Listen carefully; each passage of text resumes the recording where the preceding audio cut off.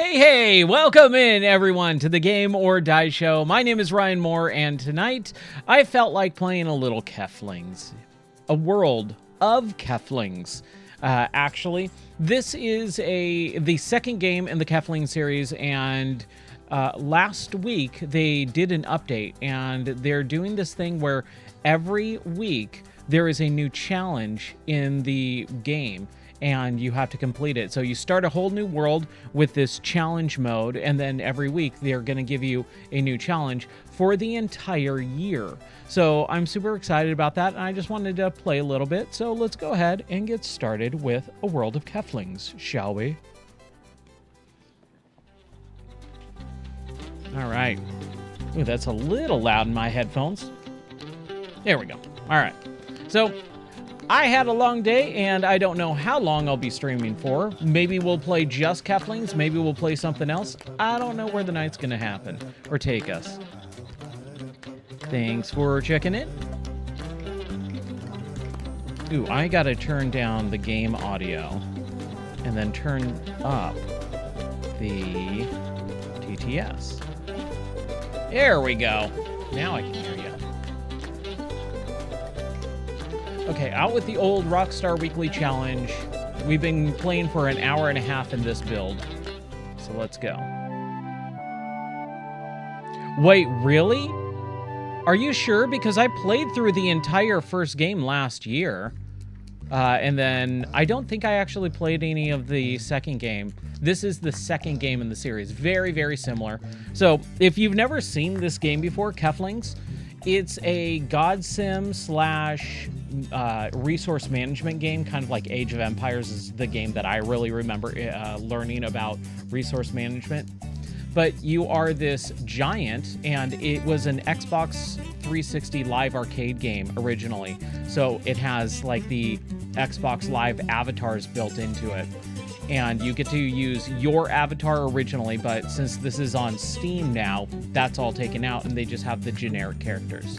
So I'm a giant, and then all these little characters down here are Keflings. And you got a King Kefling, a Pirate Kefling, Enchanter Kefling, the Rockstar Kefling, which is the new challenge. And then you have all the normal ones. So all the ones that I just showed off, the ones that kind of follow me around, these are like worker Keflings, and I don't really like them. They kind of just get in the way. What you really care about is the worker Keflings. So basically, every time you build a new house and fill it with love, 2 Keflings pop out, and then you get to basically have them be your minions, and you assign them a task. Kind of like Lemmings. It's very similar to Lemmings in that way as well, which is one of the things I love about this series. So what you do is you pick up one of the Keflings, and you say, I want you to mine rocks. And that's their life. That's all they do. And then another Kefling, you say, I want you to just transport stuff. So any rocks that are mined, I want you to pick up and then deliver it to one of the buildings that will accept rocks. And then those buildings accrue everything and then build stuff. It's awesome. Hey, what's up, Danny boy? What game am I playing? This is A World of Keflings. It is a really rad management resource, god building, sim. And basically what you do is you let the Keflings do their thing. They're like, this guy is a lumberjack, and he's just lumberjacking logs. And then I can take those logs, and I can do the manual labor if I want, because I'm a giant, so I kind of move a lot faster too. And I can just drop stuff off. But it also kind of builds a little bit of automation by having all of these Keflings do the work, and then they transport it, and then they drop it in here, and then some of the buildings will take lumber only and then make it planks, and then those planks can be transported into another building. Dude, it is so cool because it's a little bit of Age of Empires, a little bit of Lemmings, a little bit of like Satisfactory or Factorio. And this is a game that came out originally in 2008. Like the original Kingdom for Keflings came out in 2008. World for Keflings came out in 2010. And there's never been a game like this since. All these little pieces are from all these other games. I love it. So let's talk to our Rockstar guy. Actually, let's level up our Keflings. Anyone with a little arrow, we can level up, and we've got a few. That just means they're gonna work faster, be faster, do more resource management stuff. Yeah, just, you can smack them, or I don't like doing this all that often, but you can give them a little kick if you need to. This special Kefling can't be. So the rock. Okay, so it looks like the bummer. It looks like there's no update yet. Maybe it comes out tomorrow or Friday, but it's been a week. It is the 7th of January. And they dropped it like on New Year's Eve or whatever, so it should have rolled over to the next week. So we should have a new thing. I could have probably just looked at Steam and saw if there was an update for it. I didn't. This is all spur of the moment live stream, but that's okay.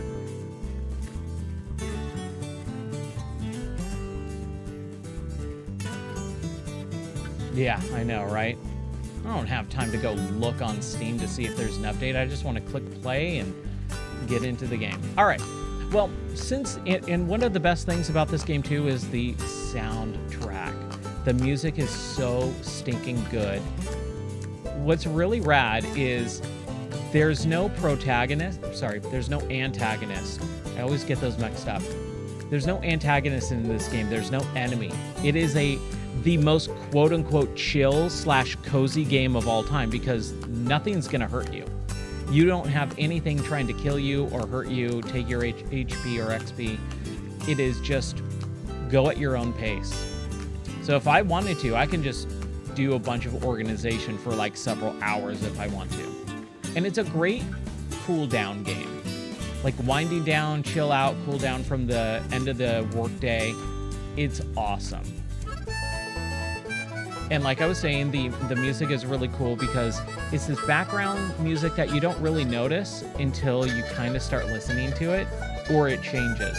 And the music changes with the seasons, because there's seasons in the game. And just like Forza 4, seasons change everything, right?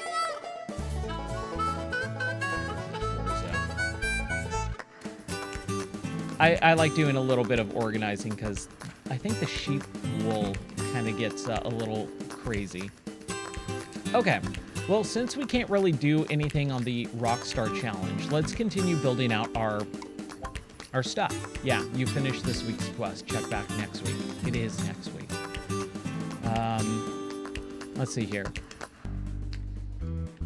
What do we need to do? Okay, so here's our blueprints. And basically, we're just building, different buildings, and it checks off. So we got these 3 buildings that we can build. The Machinist, the Loom, and the Witch's Hunt. So let's go ahead and do a Machinist. And what do we need for that? We need a bunch of that stuff in the top left corner. So some of these buildings will do some of that stuff. So we got this one, the factory, that does all the blue stuff. So we got 1 warehouse that we need to build and 1 studio. And then this one, the workshop, we need 1 platform, 2 tools and equipment, 2 chimney stacks, and 2 windmills. Now, where do we want to build this? Let's build it over here. Let's upgrade her if we can. Boom. Good job, Toots. Okay, yeah, let's build it over here because that looks like it should be. So some of the bigger Keflings are my little like helpers, and so they'll pick up some of the stuff and then bring it to me. Sometimes they'll auto-complete it, but it's very rare that that happens. I don't know why. Because they should be putting it down where it's supposed to be. But most of the time... Oh my gosh, stop it, Ryan. There. Most of the time, they just kind of stand there, and they just kind of get in the way. Like, all these... Like, look at them. They don't need to be standing around me. Go away.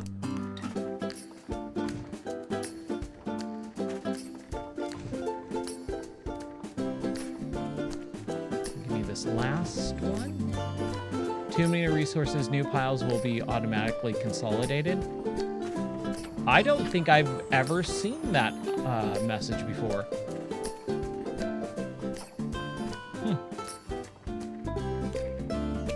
So the purple stuff, it's not purple logs, it's crystals.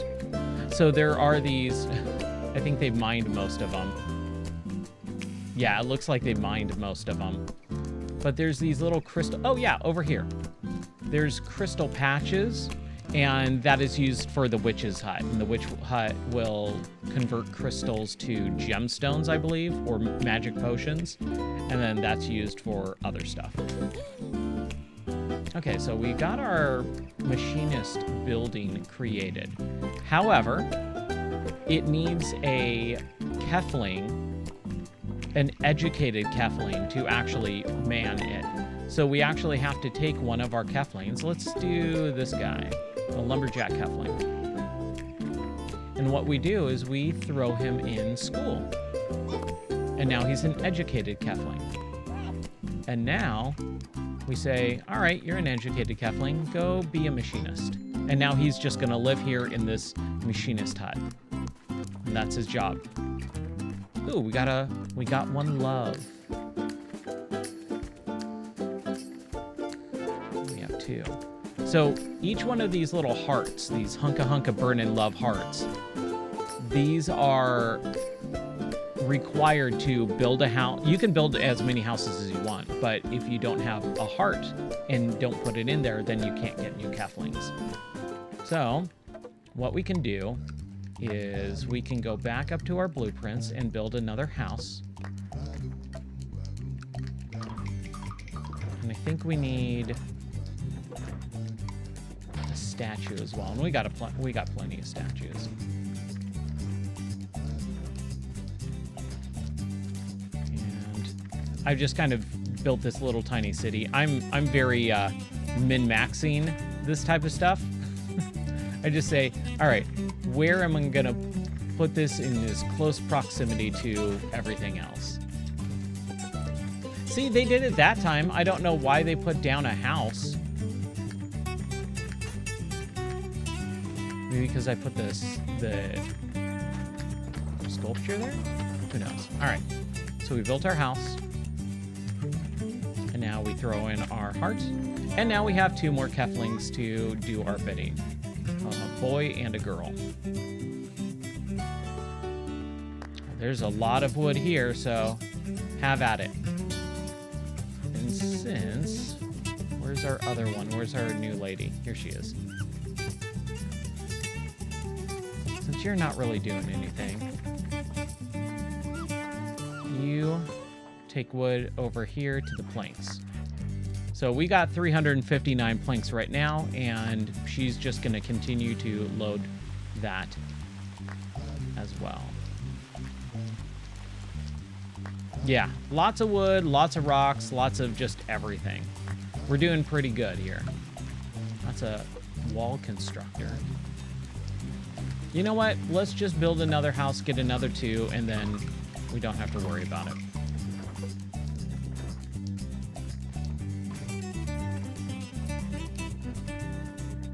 And this music, man. Ugh. It's like my favorite music of all time in any video game. You give that to me. I'll just do it myself. See? Hey, he auto-completed that one. Let's see if Helga does it. Very nice. Booyah. Two more Keflings. All right. You... we have too much wool. You take the wool over to... I can't remember which... Is it the factory? Yeah. Factory. Man, we have a lot of wool. Okay. So what's next here? Level that guy up. Just get just a little how do you do on the butt. Everyone likes that. What are you doing over here? You two consorting. I guess there's no more crystals to mine. That's fine. Okay. So we did our house. What's the next one? We did the machinist. Now we have the loom. Let's go ahead and build a loom. Go over here to our work shed. And we plop down platform, tools and equipment, and sturdy tower. Booyah. Oh, we need stones. We have 288. We just need to transport them over. There you go. Is there any? No, she's got stuff.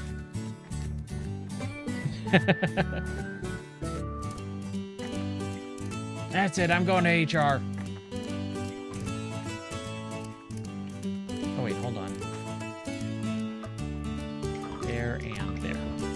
Okay. So where do we want to put this loom? I mean, we might as well put it over by, like, the other specialty shops. So we'll just put it right here. Unfortunately, I'm just not really good at the creative aspect of, like, designing a city or anything. I just, like, don't care most of the time. Mine some stones. Make yourself useful. Come on, Greta.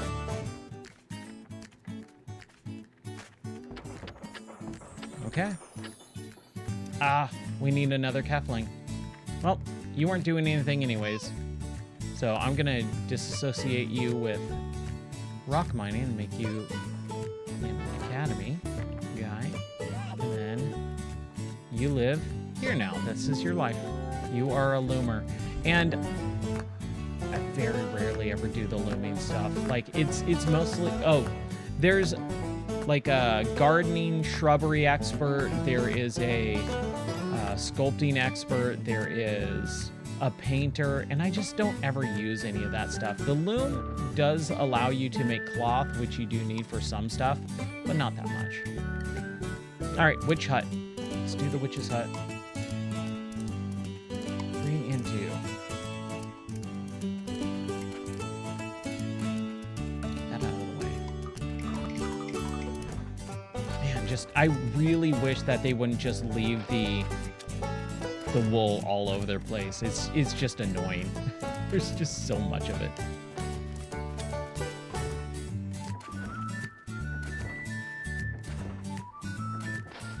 Like, look at this. Just all this wool everywhere.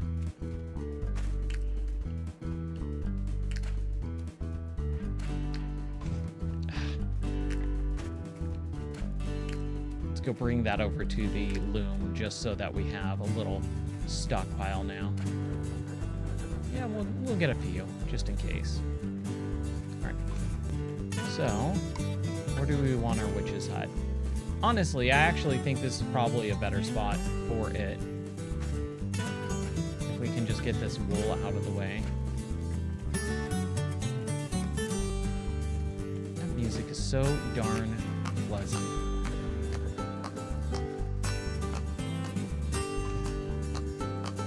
Okay, so I want the witch's hut to be right here. It's the bottom. Up here.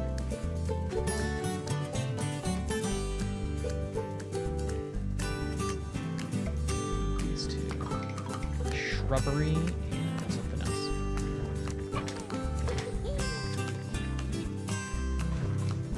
Mine. Give it to me. Give it to me now.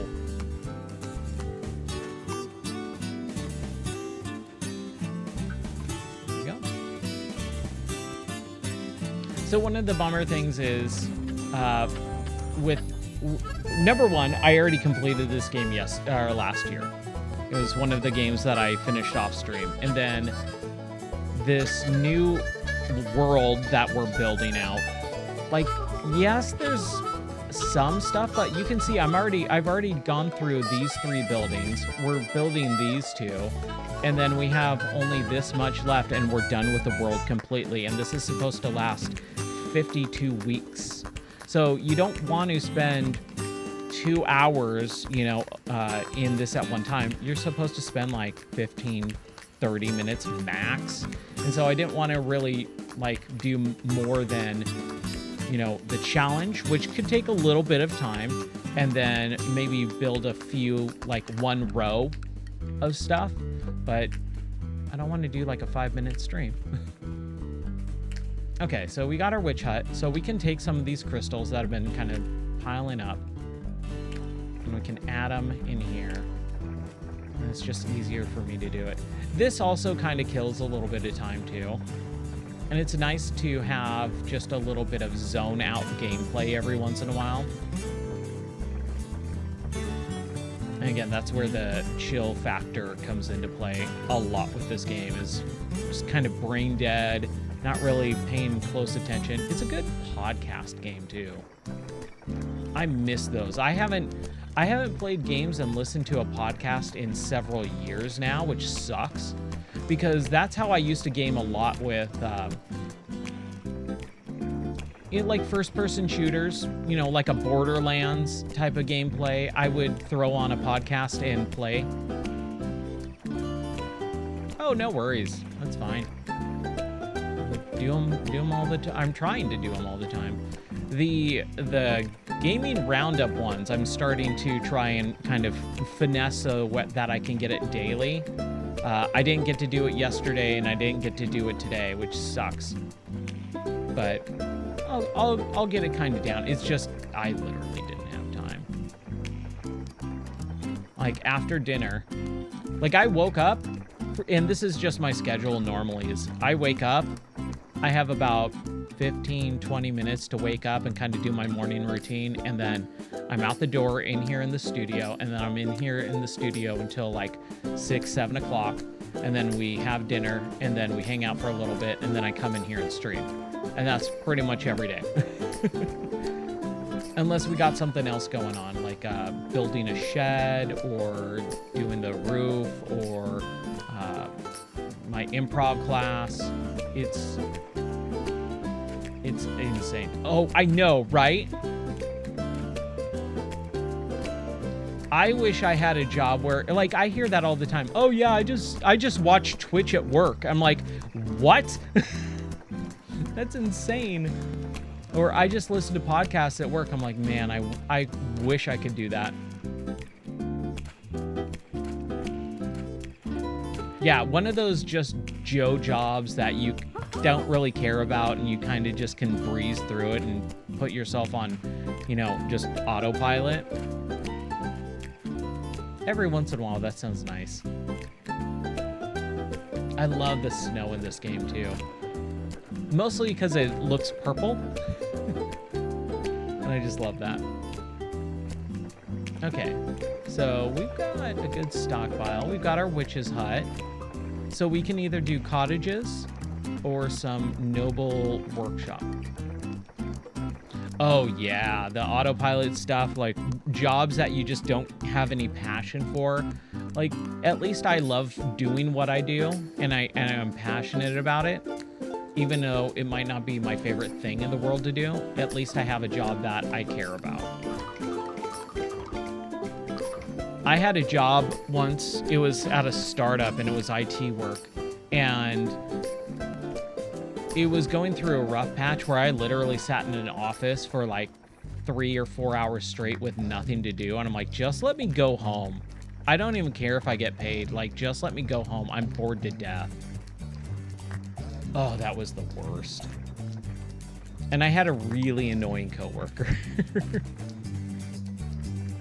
I had one of those coworkers that just was like, oh, we're best friends. We're the bestest of friends ever. I'm like, no, we're not. You are coworker status at best. And even then, I really don't want to be around you. And it wasn't even like I disliked him or anything like that. He was just kind of annoying. Okay, I don't have the space for this.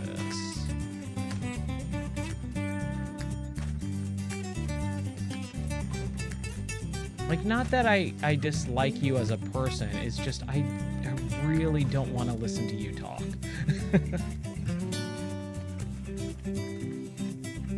And I always felt bad, too, because, again, it was always... always sounding like he wanted to just be the bestest of friends in the entire world. I'm like, oh, I really don't want that.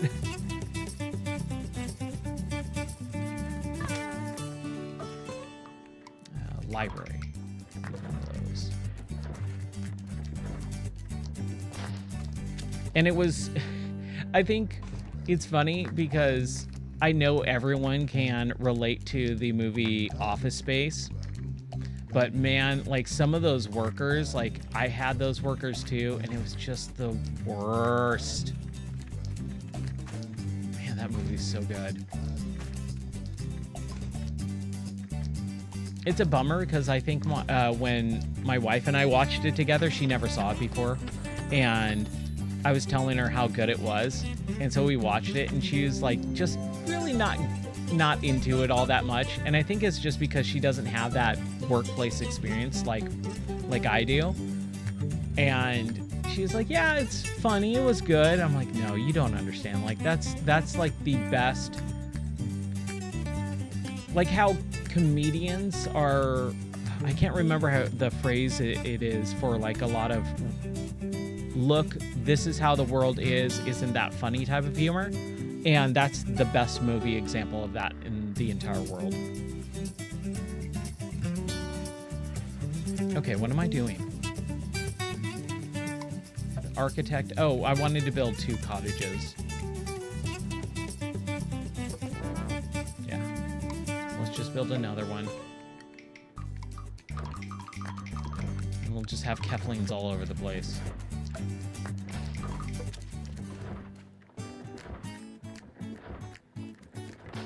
I should probably do some organization here because the cottage just looks out of place and I don't like that. Just a little bit out of place.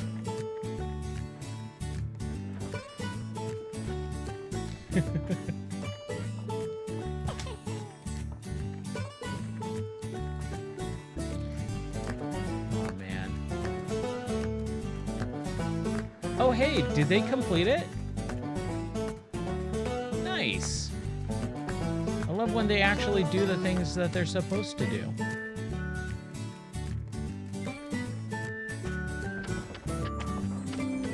Cool. So now we got a crap ton more. See, this is kind of the thing is I feel like I'm at level, like the game, where I'm at in the game right now, I should be at like level 5. And I feel like I'm at level 15 or 20. Right, with the experience, with the amount of Keflings I have, with the amount of homes, but it's giving me all that. So I'm not really gaming the system or cheating or anything like that. I'm just playing the game as intended. It just feels like the world is not big enough. And that was one of the big complaints I had with the first and this game, was just the world's tiny. It's a really small world when you start walking around. Like this is the perimeter. I'm gonna walk around the entire world that we have. And yes, there's some little islands. You just build a little bridge and you're on it. And look, there's like a heart. But I don't need more Keflings. I have 8 just standing around doing nothing and not really a whole lot of places left to mine. So you expand way more than you really can in the world. You expand with your Keflings more than there is stuff to mine. Luckily, there are some things like this stone mine shaft, that's infinity resources, so it will never die, right? Like this, they're cutting down trees, and the trees do eventually go away when you get down enough. But this world, it just seems like there's really not that much. Yeah. Yes, because there's actually a Keflings VR. The third Keflings game is VR, which when I probably when we get down to this, like in an hour, I would say once we finish this world, and then it's just check-in, do the weekly check-in, and there's not really any more advancement, I want to move over to Keflings VR, because that came out in 2019. It was like one of the first maybe 15 episodes. I think episode like 11 or 13 on the podcast, I talk about Keflings VR. And Keflings VR is interesting because it's this gameplay, but in VR, and it's a side view. So it's more of a diorama than anything else. And you're scrolling left to right, side scrolling, and you're picking up Keflings and dropping them and doing all this same stuff, but it's a not top-down view, it's side scrolling. Yeah, Townsman VR was basically like this is trying to be Keflings a little bit. Man, that game. I remember when that game came out in early access, like day one, I was like, dude, this is like Keflings. Buy early access. And then like 3.5 years went by with no updates. And I messaged the developer and I'm like, dude, what's going on? Don't do this. This is really bad. And they messaged me back saying like, oh, we're working on it. We have an update coming. And I go, okay, you need to tell the community, not just me personally in an email. You need to make an update. And they never did. And then, or no, maybe they did like several months later, like half a year later. And then it still was in early access for a couple extra years. And then they're like, it's out 1.0. And I'm like, you morons. That is not how you run a game in early access. That is the worst way. But it was a fun game. I enjoyed it. And I was really impressed by that early access demo too. Like I think it was a demo first, then you could buy it and play part of it. Holy crap, it's 40? Dude, I think I bought it for 10. I think it was originally $10. $40 is way too much for that game. Yeah, no, I would never buy it for $40. Are you talking about Townsman or Keflings? Yeah, I got it on super early access when they first came out. Townsman? Okay. I was like, dude, Keflings shouldn't be that. But yeah, $40 is way too steep for that game. I had a good time with it, but oof. Okay, so we built our cottages. We have a bunch of Keflings kind of wandering around not doing anything. They're just roaming the streets. Like hookers.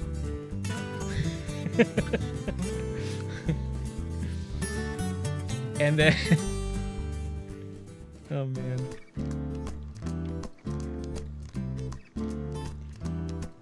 Slapping the people narrating, that's right.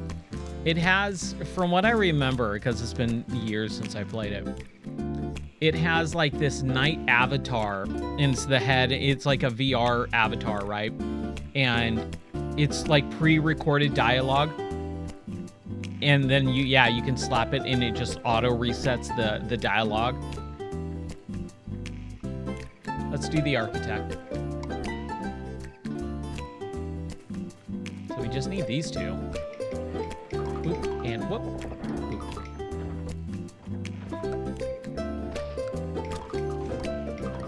I miss VR games like that though, man. There's not enough of them.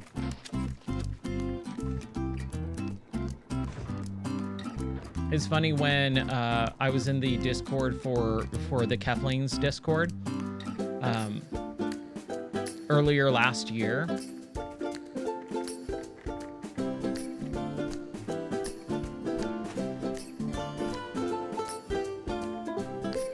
V2 Beast XR headset? No, I haven't. I haven't seen that. What is it? I'm not a big fan of XR stuff. I'll be honest. I've not been really a big fan of it just because I hate saying this because I really think it's stupid to just write off technology because there's always a use for it. But I don't see a lot of use in especially for gaming with XR.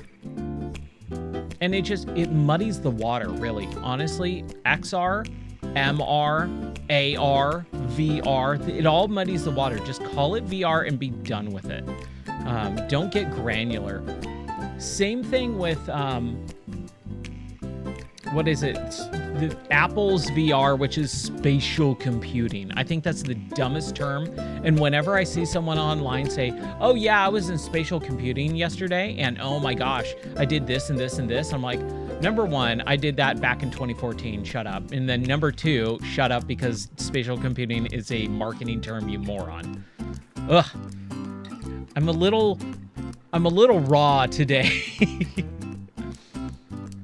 Oh man, I hate that phrase. Spatial computing, what garbage.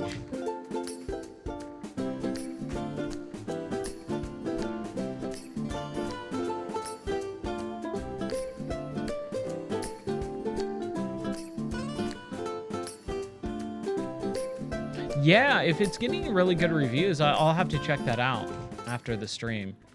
That sounds... I'm always on board for looking at new VR headsets and stuff like that. Right now, everything's just way too expensive, and if it's not wireless, I'm not interested, period. Like big screen VR, honestly, I've actually heard really bad things about big screen, which sucks, because I really like the form factor, just like the thin goggles, and that's it. Like, that sounds perfect. I would buy it in a heartbeat if it had wireless. I cannot do not wireless VR anymore. I can't be tethered, especially since all the computers and stuff are at least 30 feet away in a different separate room. So I don't do that. And then I love being able to literally just pick up my headset, be in here in the studio, and then go into the house and be in the house and play VR no matter what. It's awesome. Yeah, I love the lightweight type of stuff. That sounds wonderful.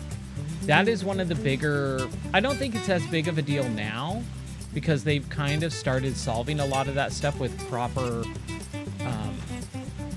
cushioning and proper, like the headset, like gear. Like the Bobo VR stuff, like that's so much more comfortable than the stock. Yeah, the Quest 3, I'm telling you, man, like, just give me a Quest 3 and I'm good to go. Like, I don't need... If it's wireless, I'll look at it. If it's not, I will not buy it, period. I can't go back to tether, no matter how good the graphics are. Wireless trumps all graphical power at this point. And honestly, with the way that wireless PC VR is, the fidelity is negligible. You're not going to be able to really notice that much. It's a slight downgrade, obviously, but it's not that much. To the point where it's like, man, why would anyone do wired VR? I mean, I get it if your computer is like literally right next to you and you're not going to move around, you're not streaming or anything, you're never going to move the headset from where it is in the desk. If you're doing like what you do a lot of like Auto Corsica or whatever it's called, like the racing VR stuff, that definitely requires like super slow latency or low latency. That was one of the biggest things when Oculus or when, yeah, it was still Oculus at the time, when Oculus was like, we're gonna make our own proprietary storefront. And that was like at the beginning too. That was in what, 2016, when it's like, wait, no, just make it on Steam. What are you doing? Why are you separating VR? That's a really stupid thing.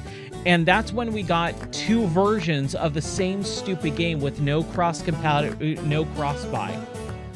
A few developers did do cross-buy at the very beginning, which was really nice. But they really separated it very early and very quickly, to where I think even at launch, most games were split in between Steam version and Oculus version. And the Oculus version was always way behind the Steam version. Like, update-wise, like the updates would come very slow, very irregularly. It was the worst. Yeah. You get a worse version on the Meta Store for sure. Ugh. It's such a bummer. Oh, did they? Cooking Simulator did? Yeah. It's why I'm pretty much exclusively on Steam VR no matter what. Unless, like, because I'm a streamer and stuff like that, I'm doing a lot of sponsored stuff or testing. Like, yeah, I'll play that stuff on it. Or if it's exclusive, like Deadpool VR. And, oh man, I love my friends, but some of them just, I just don't get the mentality of, no, I don't ever want to play on a Quest. I don't want it being worse quality. So,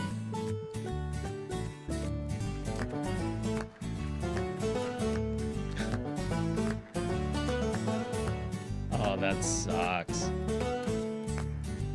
Oh, that sucks. Dang. That's terrible. Ugh. So my friend, he's a huge Marvel nerd. Like, all his kids love Marvel and everything like that.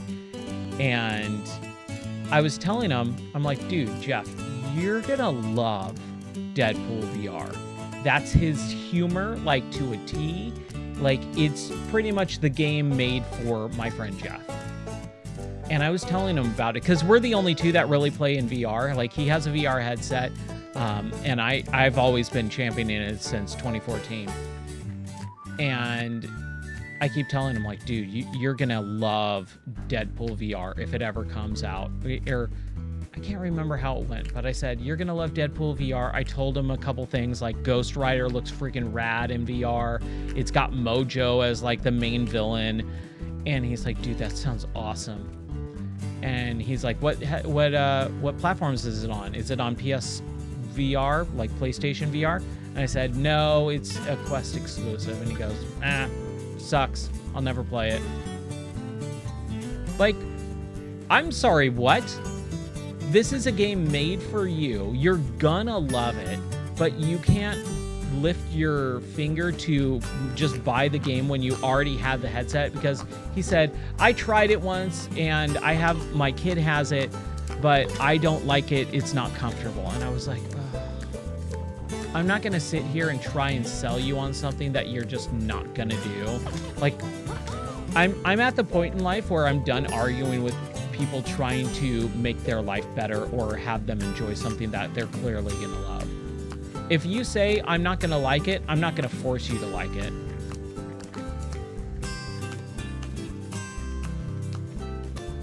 Yeah. The just flat out refusal. Like, okay, here's an example. We were just talking about this. 93. Dang. That's awesome. That's rad. Here's an example of what we were just talking about. If there was a headset, like let's say the big screen VR headset, and they had an exclusive Batman Arkham game, the new Batman Arkham game was exclusive to the big screen beta, or whatever the headset's called. I would not just go, well, it's big screen and it's wireless, it's wired tethered VR, sucks, I'll never play it. I would try and figure out a way to maybe buy a used one and then sell it, or maybe wait until, you know, they have a new headset out, or maybe the other one drops in price to play a game that I know I would love. Right? That's the normal thinking. But when someone just straight up refuses something that they know they're gonna love, they know that it's made for them, they know that it's gonna be like the best thing ever and they're gonna have a good time no matter what, and they just go, nah, I'm not, no. They stick their nose up to it. I just go, all right, fine, I'm not gonna force you. No, what is it, skin off my teeth? It's weird. I just don't get that mentality at all. Okay, we built the architect. We need to build the carpenter. It's not too much. Two. Sorry, I didn't mean to go on a rant there. I went on a rant earlier today. I went on 2 rants at work today. And I was like, I'm losing these people. I need to pull it back. They clearly don't care.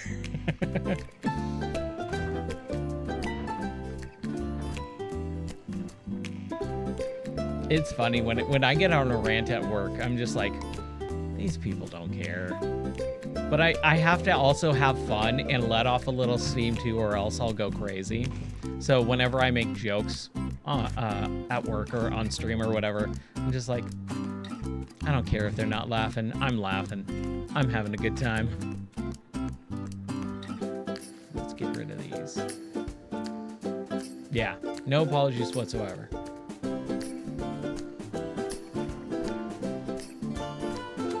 Never apologize for anything ever.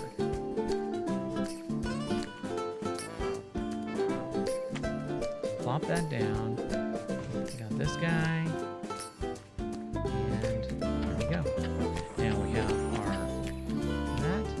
that's an architect. There, you seem like a lady who needs to be educated. Now we have carpenter. There we go. Yeehaw. Okay, what does she do? She takes planks and then makes them into sculpted wood. All right.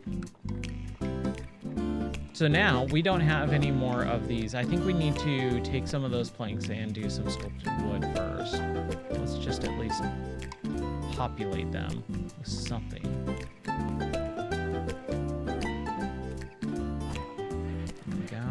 What about here, the architect? They need sculpted wood, stones, cloth, and sculpted stones?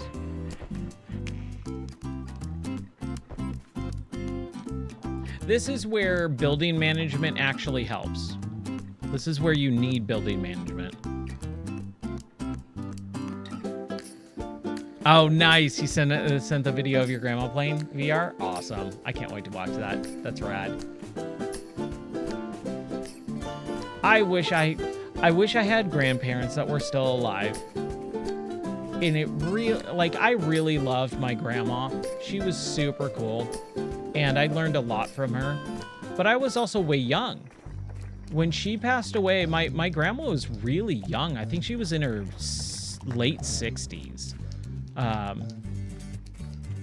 Like she passed away in 2006. So it was a long time ago. And I was too young to really appreciate them like you would appreciate your grandparents nowadays. Man, 95 and still going strong. That is freaking awesome.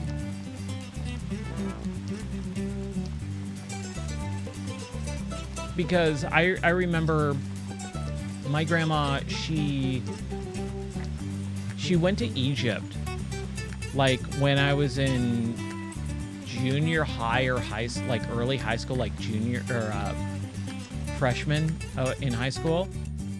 And I've always been fascinated with Egyptology and just the study of Egypt in that region. So I was like, dude, that would be really cool to talk to her now that I know a lot more about that region. I would love to just kind of hear about her, you know, her visits and trips and stuff like that. What's under those pyramids? Yes. Oh man, did you see the thing a few months ago? Maybe it was like 6 months ago or something at this point, where it was like, oh, we like this new breaking thing about the pyramids and how like there's like a 500-mile like down into the Earth's crust like secret society meeting place. I'm like, shut up. No, there's not, you morons. And It was all based off of uncovered FBI files from like earlier last year, right? When they did a lot of like the redacted FBI files. And all it was that they experimented with people using like LSD and hallucinating. They jotted down their hallucinations, and that's it. And then everyone's like, oh my gosh, there's telepathic, telekinesis people. And it's like, no, it's people that just took LSD and hallucinated that there's stuff in the pyramids, and there's no way to actually verify any of that stuff. It's just they were on drugs. Like, it all just turned out to be drugs, but like everyone on the news was talking about it like it's this big government conspiracy, like cover up. And I was like, oh my gosh, I hate people so much sometimes. I hate the lying on the internet. That's one of the worst things that I just get so angry about. Yeah, there was some like scanning stuff too, but it all turned out to be like extremely inconclusive, where it was like, oh, there's all these like miles of like straight down like pyramid type like alien technology or something. I'm like, no, there's not. There might have been some other extra stuff. Like it's so hard to find like what's real and what's not real.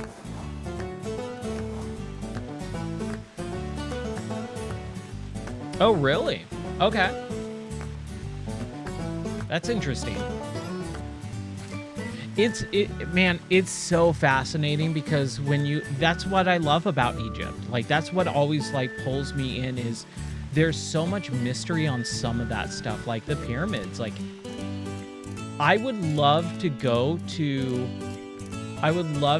Egypt and go to the pyramids and the Sphinx and all that stuff, because it looks so, like, my mind still cannot fathom the scale of Giza and things like that. Like, those pyramids, I just cannot envision in my mind how big they actually are. One of my favorite things, originally early VR, was doing Google Earth. Yeah.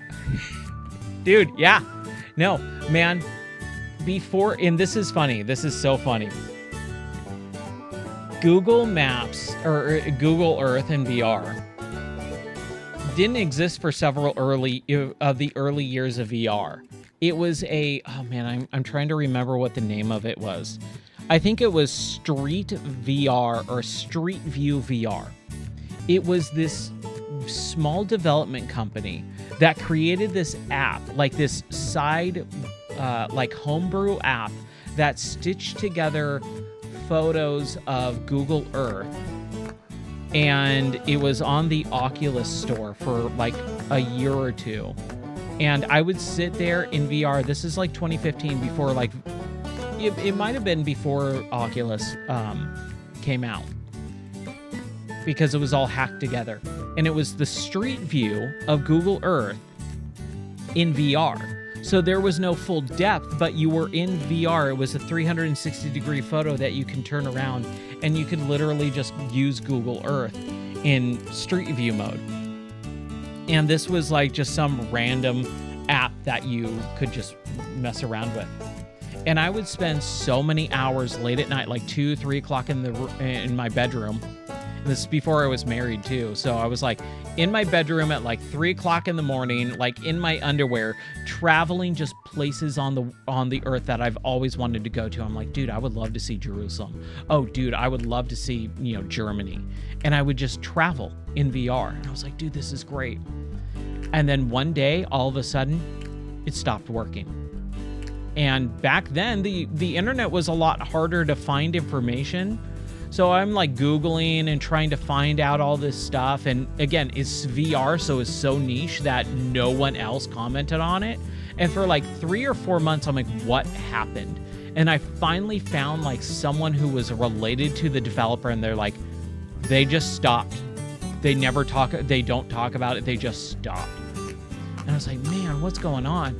And then like 2 years later, Google Earth VR came out. And I'm like, they bought them out.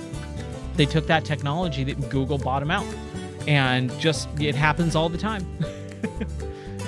Some really cool proprietary thing, is working, and then one day the developers just disappear. But man, that was so cool. I love that. And then Google Earth VR just takes that concept and expands on it, and it's so fun. I mean, that's how we found our house in Tennessee, I think. I can't remember. We did that. We do that with houses. Like when we move, when we're ready to move, we start looking in VR first. Like, oh, where's this area? Oh, there's a few houses on this road, and it's like, midnight or whatever. We're not going to be able to go drive out there. So we just like sit in VR and we, scan. Like she's watching it on the TV. I'm in VR. She's like, type in this address, and we go there and we look at what it is. It's rad, man. VR is the coolest technology in the world. Hold on a second.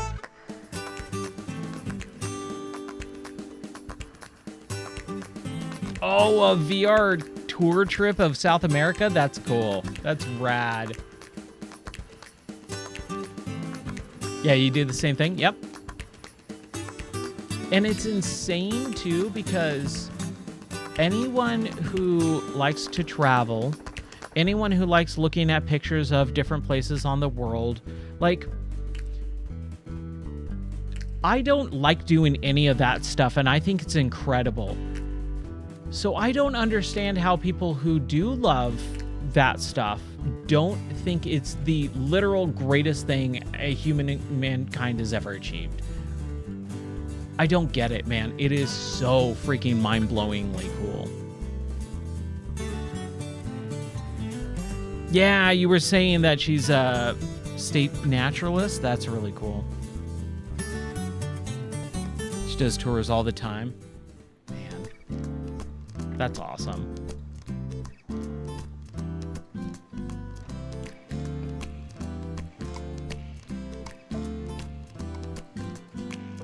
Every day, every time I put on the headset, like, again, Deadpool VR. I haven't really talked about it. I think I might have talked about it on the Game of the Year podcast.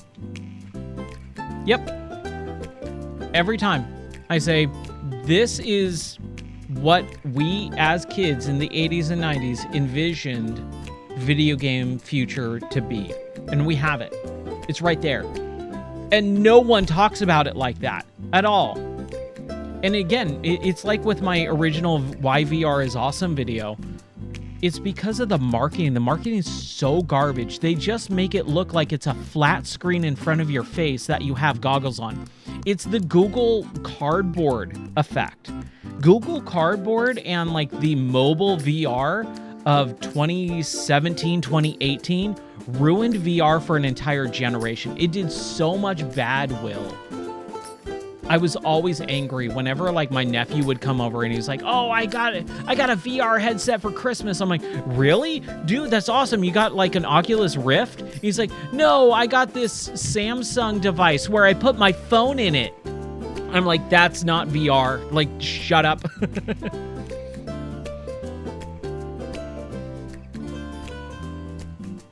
Yeah.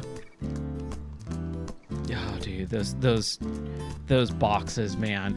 I was just like, that's not real VR. And I've got to be nice because he's my nephew.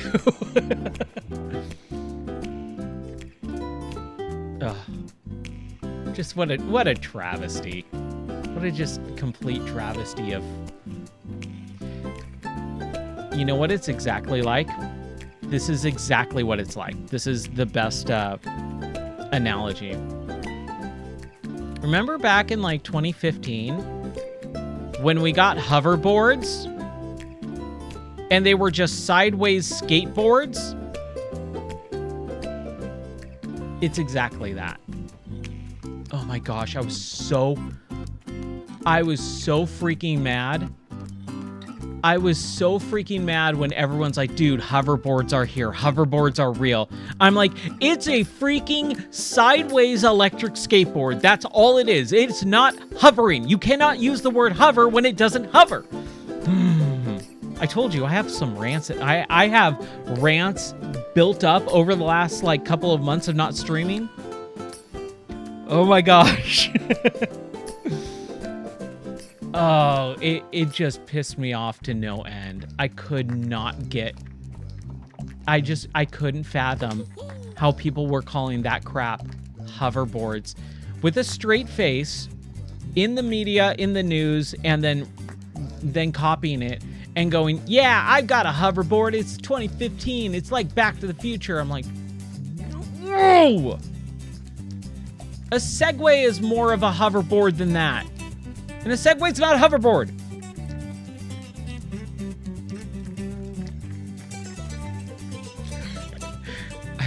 I have so much anger built up inside of me.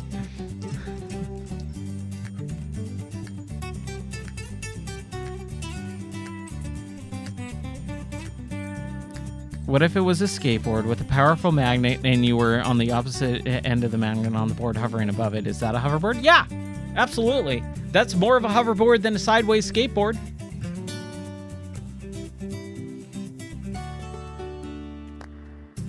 It's literally a skateboard with the wheels going in a different direction. But yes, if the maglev technology is something that is so there's been so many like people who have tried to create that technology, and I don't know why it's never really been utilized. But yes, the maglev technology to create some sort of hovering thing. Man, hoverboards. They were so cool. I wish we had real hoverboards. And again, it ruined that phrase and that name. You can never say hoverboard ever again in society for the next at least 5 to 10, 15, 20 years. And have people go, yes, hoverboards like Back to the Future. You're just going to have people think of a sideways skateboard. It ruined it. Yes, I got Back to the Future on the brain. Oh my gosh, here, hold on.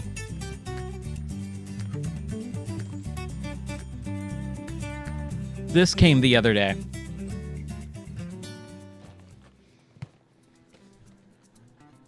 It's a Back to the Future Lego set. So, I'm not a big Lego guy. Legos are way too expensive, but I've bought a few of these because I thought it would be really fun to build on stream, like just when I'm having a day where I don't want to play video games, but build a little Lego set. I think this was $30. Like, it's a DeLorean. It's Back to the Future DeLorean. So I'm like, okay, yeah, I'll bite. And then I got a couple other ones over the course of like Black Friday and stuff like that. So I have like a Game Boy and a Piranha Plant and that. And then my wife and I actually, we like building Lego for like our anniversary, Christmas. We sit down and watch Lord of the Rings and we build Lego while we do Lord of the Rings. So like last year we did a bonsai. This year we had this is like a little Christmas like candle with like some flowers and stuff. So I have just like a couple. Like those are the only Lego sets I've ever bought in my entire life, besides when I was a kid. And I might have had like one or two. So it's not like something I'm super obsessed with, but I thought it would be fun. So we'll do that at some point once the new studio is rebuilt and I have a nice overhead cam. We'll do a couple Lego build streams. I think that will be really fun. I got to do it on a time when I'm not working the next day, so I don't have a mess. But yeah, that'll be really fun. I wish I wasn't as... I wish I was more brazen with the, like, video stuff, because I would just put Back to the Future on, and we would watch Back to the Future on stream, and then build the DeLorean. Maybe I'll do that anyways, who knows. Back to the game that I'm basically not playing. But yeah, I got that in the mail the other day, and I was like, oh, cool, I forgot that I even ordered this. Discord watch party, yes. Okay. Man, Do you remember Netflix watch parties on the Xbox 360? Where you just loaded up on the Xbox 360, you loaded up Netflix, and everyone was able to just watch movies together? With the avatars, like in the foreground, like MST3K almost. Yeah, sitting in the theater. Dude. What happened to video games? I'm not a big fan of like, oh, this was my childhood, so it was the best. Like, I try to look at things objectively. And there's the whole new generation that grew up on the 360 as their first console.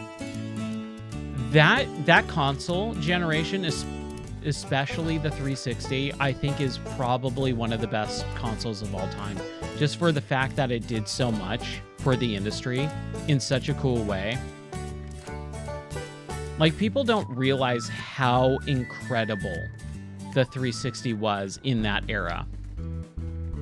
Giving us things like Netflix watch parties. That was brand new for the most part. Like, unless you were really deep into like online PC culture with streaming and not even streaming, but like remote work, that wasn't a thing that anyone could do. No one knew how to do that. That was a brand new like technology. And that was incredible.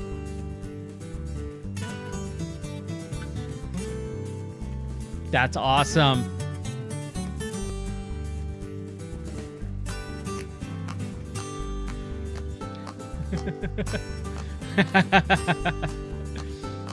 Hey, you leave two people in a room together, what do you think is gonna happen? That's awesome.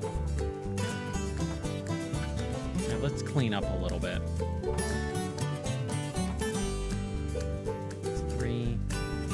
Here we go. Nope. Do that over here. Yeah, those watch parties, man, they were so much fun. And like nowadays, there's much better ways to replicate that. But not only was it the first time, but it was such a convenient way. Everyone just had a console. Everyone had 360. Everyone had Xbox Live. You would always gather with your friend group anyways and start a party anyways. It was so convenient. Just literally the click of just a couple buttons. And bam, you're in a virtual room watching a movie with your best friends. Like, perfect. Perfect way to do that. And the fact that they just axed it out of nowhere, too. Like, what a dumb decision. Yep. Did you ever watch the Code Monkeys TV show on G4? I always think of that. I was actually describing what Code Monkeys were to my wife, like, not even a week ago. We were talking about it, and I was like, yeah, everyone's just a script kiddie. And nowadays, and she's like, what? I'm like, oh, I mean, it's like Code Monkeys. And she's like, what? I'm like, okay, let's have a discussion here. I loved Code Monkeys when it was on too. Again, it was like, dude, how is there a TV show of this? Like, that's why G4 worked so well. Tech TV and G4 worked so well because it was this microcosm of this internet culture that wasn't widespread, right? No one knew what Code Monkeys were, and they made a TV show based off of it, and it was all like video game themed and stuff, and they had developers. Like, as crazy of a person David Jaffe is, like having David Jaffe or Steve Wozniak on those episodes. Penny the Sister. Oh man. I cannot believe that show even existed. Like, we were so lucky to have a cool show like that exist. Because now you have that stuff on the internet, you know, like YouTube videos or channels that try to do and replicate some of that humor or whatever, but it's not the same. It's not a TV network made for nerds by nerds. Now it would be a TV network made for nerds by executives, and that's never going to work. Like, look at what that last revision when they tried to bring back G4 a couple of years ago. Dude, Sizzler's a nut job nowadays. It sucks too, and I'm sure we've had this conversation before, but I met him at E3 and he seemed like a totally normal guy. And up until about 2 or 3 years ago, I would go to bat for Adam Sessler because I was like, dude, I met him at E3. He seemed totally cool and normal. On his TV persona when he was on X-Play and stuff like that, he always seemed very like, hey, I'm a gamer and I love video games and blah blah blah. And then it comes out just like, I never really paid close attention to him after G4. That's why. And so after G4 and all that stuff, like, hearing what he says to people and how he treats people and how insane he is, I'm just like, oh, I can't do this anymore with him.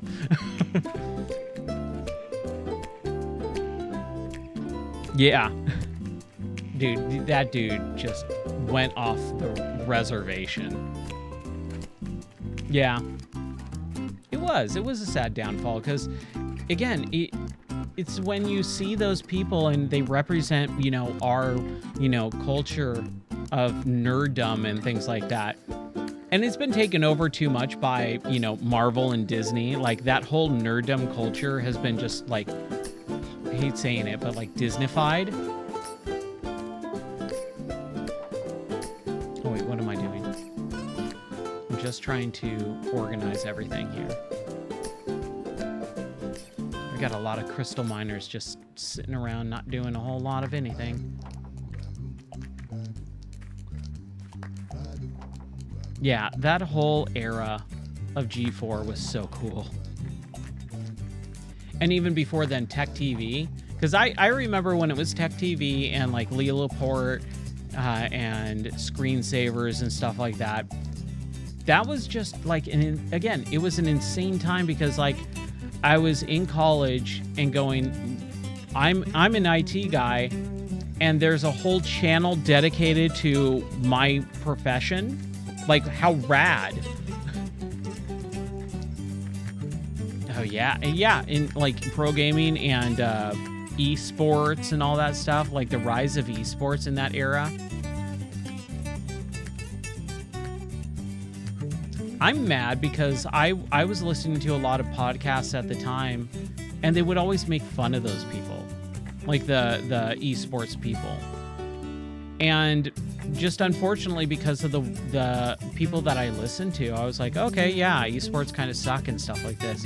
But then when I got out of that bubble and I stopped listening to those people, I went, oh, esports is freaking rad. Like, these people are doing the things that, like, I love hearing, where they're taking a video game and distilling it down to, like, the most granular things and breaking every part of it and coming up with the meta of the game.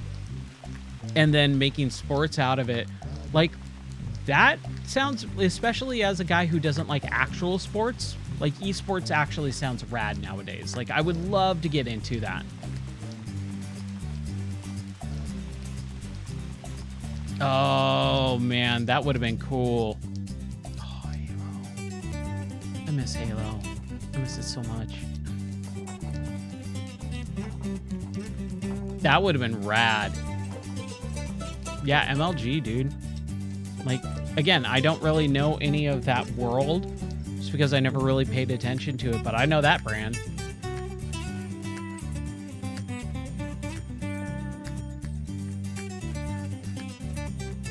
It's crazy how it's exploded over the years, too.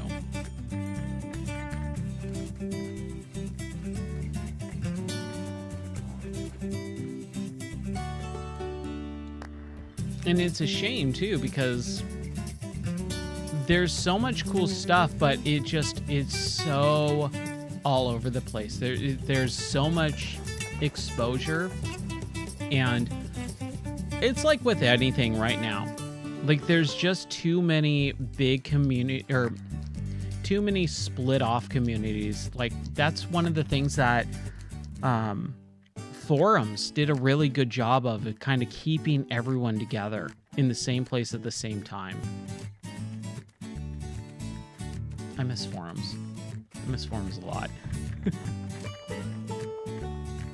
Oh, Rocket League. Man, we need to play Rocket League at some point too. I don't even know what I'm doing in this game. Have I built everything? I have. Okay. So this is where I think so right now we can't build anything else out because I don't think it's unlocked. I think what they're going to do is they're waiting for the next update so that we can play more.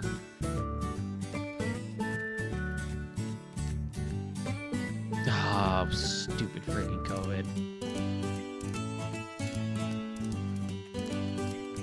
Oh, really? I haven't heard those acronyms in a long time. Okay, the carpenter. Can I build bridges with the carpenter? A pallet, a balcony, a laboratory, metal beams, pool, regal tower, assembly line, and courtyard. No, these are all just things. I can't build... A bridge would be one of these things. What is this? An inventor's lab? Okay. So yeah, unfortunately... Oh, I didn't do the Noble Workshop. Here we go. Let's do that. How did I not do that? How did I miss that?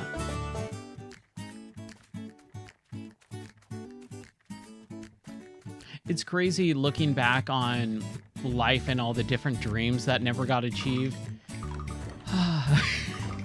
I try not to get down and just bummed out by it. And I'm assuming that's kind of what, like, midlife crisis is. I don't think I've hit that stage yet, but I think if I dwell on something long enough, I could totally have a midlife crisis like tonight. Going, oh man, what have I done with my life? Where am I at? How did I not achieve these goals? This young person that I was, who was so eager and full of life.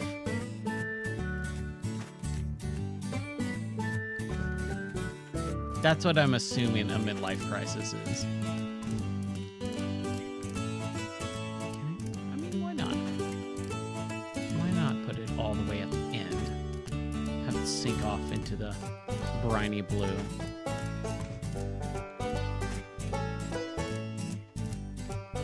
Yeah, we could go down a dark path.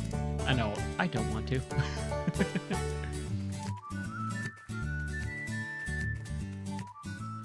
It's weird, man. I'm trying to plan this year and trying to figure out what games I'm going to be playing, like what games I'm looking forward to. There's not a whole lot coming out this year that I'm really looking forward to, mostly because there's just not a whole lot announced. It feels like there's a ton of games that are supposed to come out this year. I couldn't tell you more than GTA 6, and that's only because it's GTA.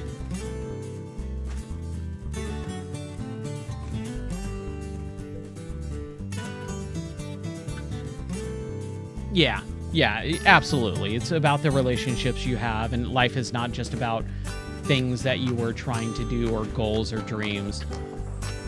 For sure. We need an educated Kefling. You look educated, like you want to be educated. Let's educate you right in there. Haha! Kicked him in there.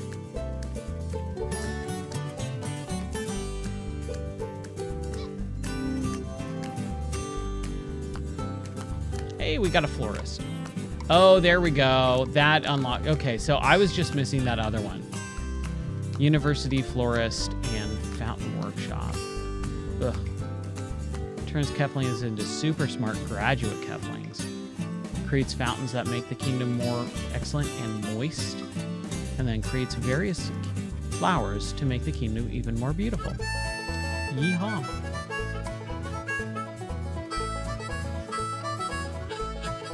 Yeah, we're all just trying to get through it. Absolutely. You know, and you just take it day by day.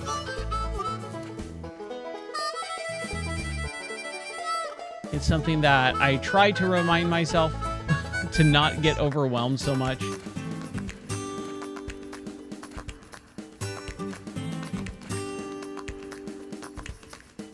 Especially the last couple of months. I'm really just going, okay, I didn't get this, and this done.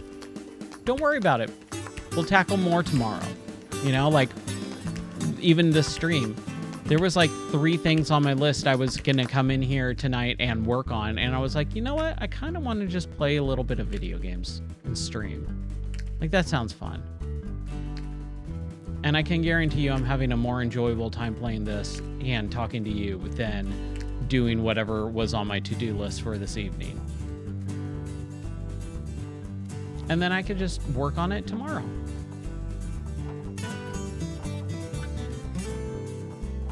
Coming to the realization that there is just not enough time in the day to get everything that I want done at this point in life is like, it almost feels overwhelming, but when I remember, okay, we can just get to more of it tomorrow and more of it tomorrow. And it's just you're not going to be able to accomplish everything.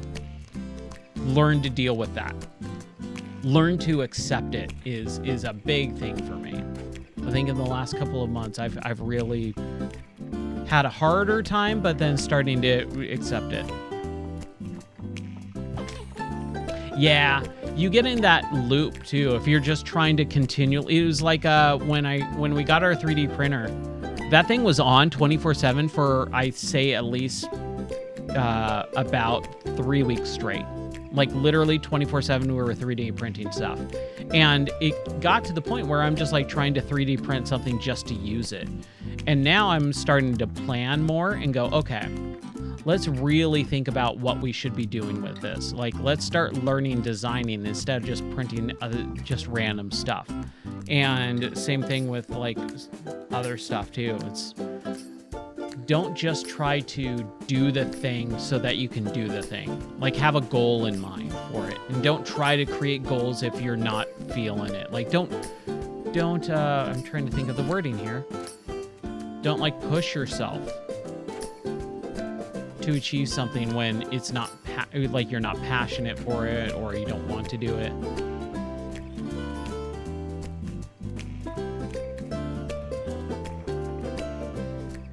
Okay, I think I'm good for now. I don't really want to do these 3 buildings. We can do that next week. Or maybe tomorrow if they do an update.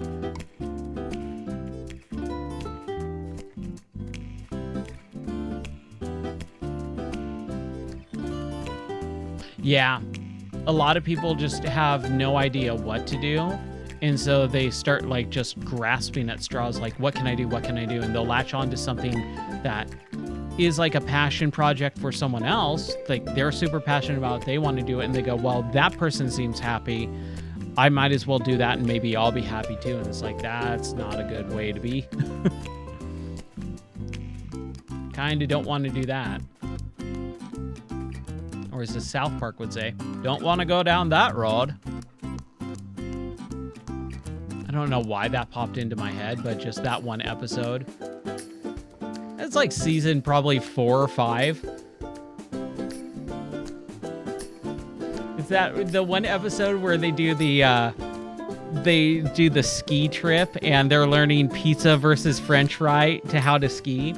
And then the one bully challenges Stan to a ski contest, and then like he doesn't want to do it, and then he keeps bullying him and keeps like making fun of his name, like Stan Darsh.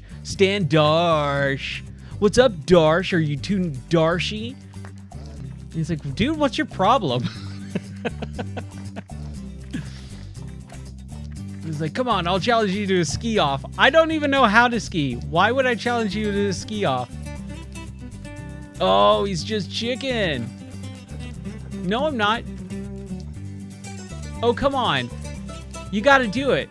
No, I don't want to. I don't want to do it. Fine, I'll do it. Wait, what? You're doing it? Yeah, he's got Heather, man. Who's Heather? Oh my gosh, that's one of those classic episodes. I don't watch any of it now. I haven't watched it for years. But man, those like early years were really, really, really funny. I mean, there was some stuff that I hated. I hated a lot of those episodes. But there's some really good ones. Just either funny or just so crazy dark. Like the one, the Scott Tenorman episode is probably one of the episodes that will always stick with me more than anything else. That Scott Tenorman one was just like nuts. I don't know why it's always the bully episodes.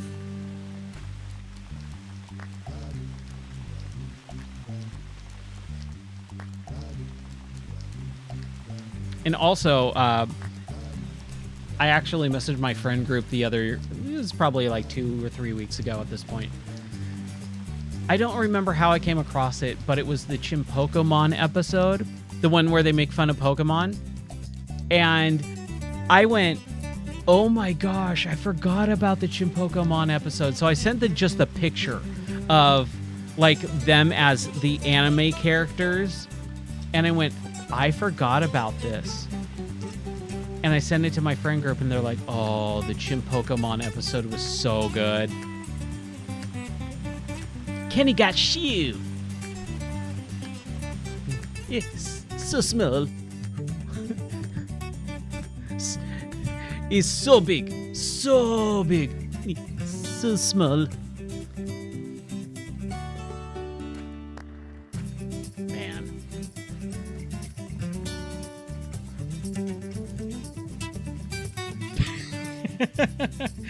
I just remembered like half of those jokes from that series. Like Alabama Man. Dude, whenever we drive into Alabama, I constantly think about Alabama Man. Alabama Man! Like, what a weird thing to put like a fake toy commercial about Alabama Man in your South Park cartoon. Oh my gosh, dude.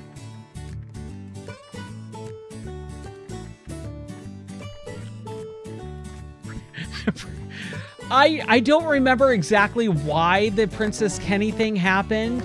I think that was kind of when I was starting to phase out of that series. I think the last real episode that I watched was the Imagination Land one. And that was like a 3-parter.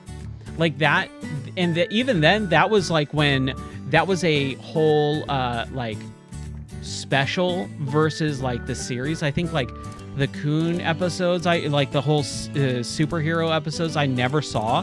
I only remember hearing about them. But then the Imagination Land one was like crazy, and I think that was like the last time I ever really watched it.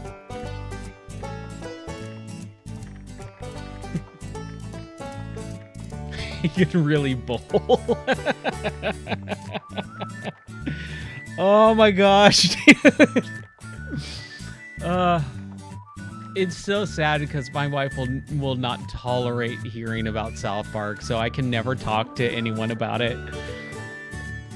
And again, like, it's not something that I watch or even care to watch at this point in life, but some of those episodes, I just remember laughing so hard.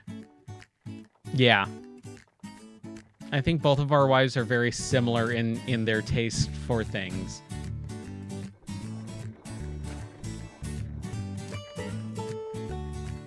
She will not tolerate it at all. And I'm like, ugh. Well, I guess this is just a part of my life I'll never get to talk to you about. Like, even the South Park games. Like, I played the first one, and that was before I even met her. And then I think the second one came out like maybe a year or two after we were married, and it's like, I'll never play that game. Not in front of her. Oh, dude. Grandma's Boy. Apparently, it just turned 20 years old. Grandma's Boy just turned 20 years old yesterday. And so on X, I saw a bunch of people posting about it. And a lot of, like, I saw some of the cast posting about it. And I just went, Oh my gosh, I forgot how good that movie was. That was like one of my favorite comedies for a while.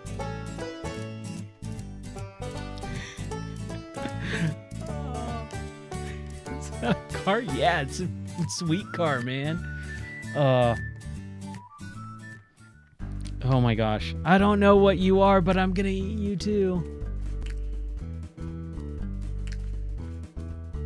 Adios, turd nuggets. Seriously, dude, we could just hang out and just quote movies all night long. How could he see me when he's like hanging up on the side of the wall, like trying to like tuck himself in? Oh my gosh. It would be wrong. Dude, we would. Oh my gosh. I just have to breathe for a second. Dude, what happened to comedy? Those were some of the funniest things in the world. Step Brothers, Grandma's Boy. I never actually watched The Hangover, but I know that's kind of like the touchstone of the last great American rated R comedy. Like, I think after The Hangover, like, everyone just says, yeah, comedy just really stopped happening, you know, until now. I mean, still, we don't get them like they made them anymore. And I don't think it's burnout. I think it's a lot. I mean, obviously, I don't think it's burnout. There's clearly other reasons for it. But thinking back, there was a lot of those really crappy versions of those movies, like the Will Ferrell, like, weird years, where he did like Semi-Pro and Blades of Glory.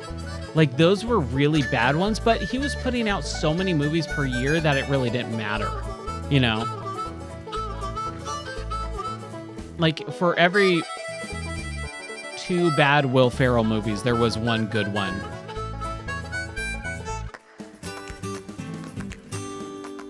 Shut up, Chip. Oh, crap, I didn't mean to kick you. I'm sorry. Oh, well, I'll do your work for you. My bad. Yeah, they're just kind of doing their thing. And I really don't feel like building anything. Oh my gosh, dude. That whole... Here's sweet baby Jesus. Oh my gosh, man. It makes me really want to watch all of those movies again. Just go back in time, watch all of those movies, and just remember how good we had it for a while. It's sad too, because you think about grumpy old men, or you think about people who just are living in the past, like the the Uncle Rico character from Napoleon Dynamite, where they're just trying to relive the past, the glory days. And it's so sad because we all kind of have to do that now. Because life, like, all the new stuff sucks so bad that you can't appreciate the stuff anymore. You have to think about the good old days because it was actually better. Like, it's not I'm just old and I'm reliving my glory days. It's no, it was actually way better, like 15, 20 years ago.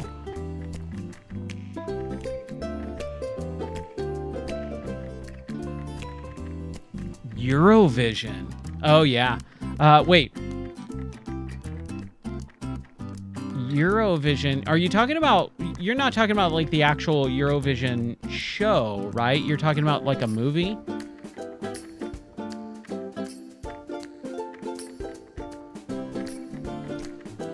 I remember when Napoleon Dynamite wasn't even out yet, and they, on the E network, television network, when they used to actually show cool stuff, they were showing a trailer of it on, like, their, like, up and coming movies to look out for show. And I saw the trailer for Napoleon Dynamite and went, oh, that looks really funny, because it was like kind of like weird humor and like art house movie almost. Like that's how it was presented. And it was him doing the like bike jump over that really crappy wooden ramp. And I thought it was hilarious. And then when it came out, within like the first week and a half, that movie spread like wildfire. And everyone was quoting it and over and over and over. And it was just like the handful of episodes like, shut up, Tina, go make me some quesadillas or quesadillas. Like it was like those 3 or 4 catchphrases. And that's all I knew about the movie because I didn't get to go see it yet. I was on a trip or something. And then I never ended up seeing it in theaters. I didn't end up seeing Napoleon Dynamite until like maybe 2011, 2012. I think is when I actually saw Napoleon Dynamite. And I went, oh, now I get everyone's references over the last like 7 years or whatever. But man, I did not like that movie when it came out.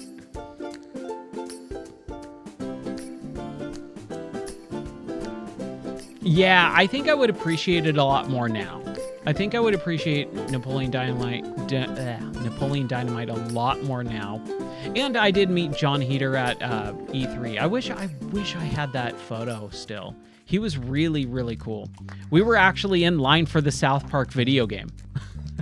We were in line for a South Park video game, and we were at the Ubisoft like front office area on the show floor. Like they kind of had like a front desk area behind like all the like TVs and monitors and all that stuff where you would make behind closed door appointments. And I'm standing next to him and my friend's like, dude, that's John Heder. And I went, who? He's like, dude, that's Napoleon Dynamite. I was like, oh, cool. So like I said, hey, how's it going? And he's like, oh, good. And so like we talked for like a minute. I got a picture with him and he was just really cool. I miss E3 for like the just weird random celebrity interactions.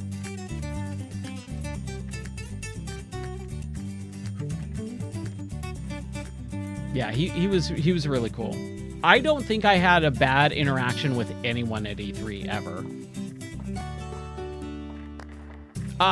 Not bad interaction, just one where I went, oh, okay. I think it was either Olivia Munn or it was one of the other G4 chicks, I think. Or no, maybe I think she was with IGN. She was a blonde with IGN back in like 2009 era.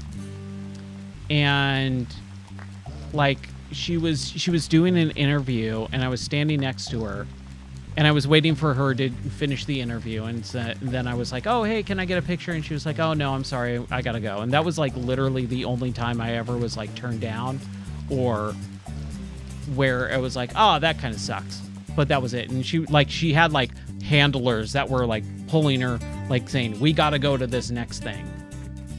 Because E3, it was just busy 24/7. There was no downtime really. So especially if you're doing it for work or business where, nope, we're not here to have fun. We're here to work. And so like people are just running back and forth all day long. I remember there was a lot of times with the Giant Bomb crew where it was like, oh, hey, Vinny, what's going on? And he's like, oh, hey, I got to go. Bye.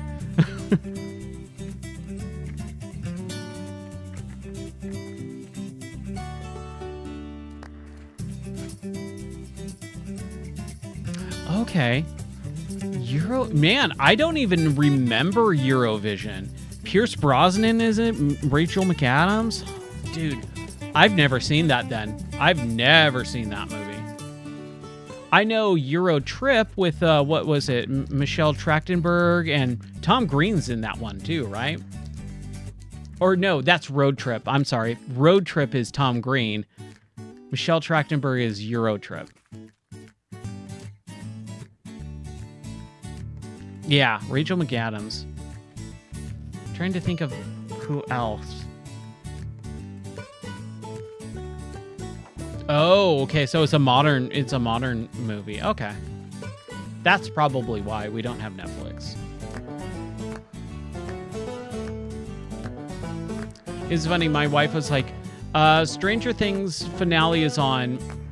should we get Netflix? I'm like, no. We'll watch it on Plex. So it was funny too, because I was like, okay, well, you know what? Maybe we should. Maybe we'll just watch it. We'll watch it on Netflix. Maybe we'll get Netflix really quick. How much is it? And she looked it up and she's like, it's like $25 with ads or something like that. I'm like, no. Dude, I remember when Netflix was $6 a month for streaming. And they had every movie because they had the Stars contract.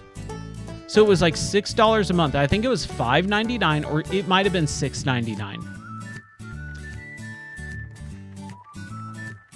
Oh, yeah. Yeah, $25 for 4K. Yeah, that's nutso. I can't even believe they're getting away with that at this point. That's the thing too. I had Netflix from day one, especially the streaming.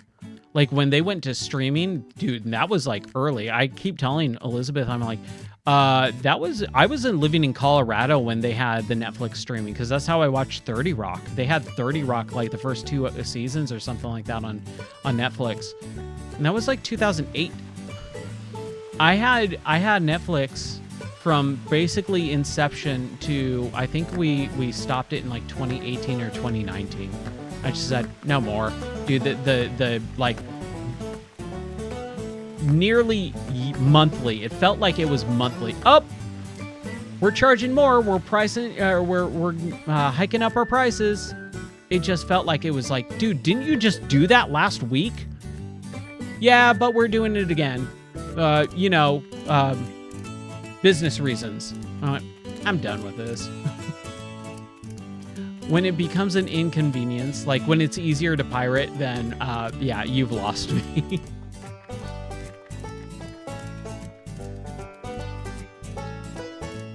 I'm trying to figure out what to do. Oh, dude, because I kicked her, now she's just dropping it. Okay, we're gonna reset you. I'm gonna have you do this, and then we're gonna have you pick up and redrop logs there. Now you're reset. That's a bummer thing about when you kick them, it kind of like breaks their route.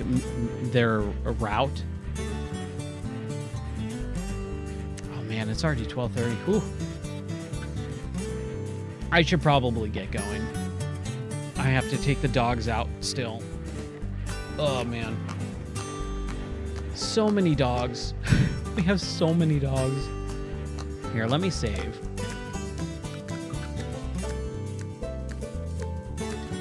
We'll just do a new save. That's fine. Yeah. I mean, we got rid of, and I don't mean that meanly, but we got rid of our dog, the puppies. We got rid of, out of 8, we only have 2 left. We're keeping one, and then we might keep the other one. I'm not sure. She's trying to find a good home for it that is going to do the things that she wants the dog to have, like a lot of the medals and a lot of the different sports. That dog his name is Cutman from Mega Man, and Cutman is a dog that is going to excel in certain sports, and she wants one of the owners to be able to be cool with trying to do all that stuff. So she's trying to find a home that's going to be really good for him to be active in all those sports. So until we find someone, we're holding on to him as well. So we now have 6 dogs, and it's just a lot. It's a lot. Oh man, that was fun though. I'm glad we got to hang out for a little bit. I had fun reminiscing about good old movies back in the day and fun TV shows and all that. Thank you so much, Zephyr. I appreciate it. And anyone else watching, hanging out, I hope everyone has a great night. Take care. God bless. And if you're not part of the Discord, link is down in the description. Also go check out the new website. I'm still working on it, but it's mostly fairly feature complete with a few extra exceptions. And I'll get back into a normal streaming schedule soon, but we got to finish this roof. But it's going good, so yeah. All right, I'm taking off. Have a great night. I'll see you guys later. Bye.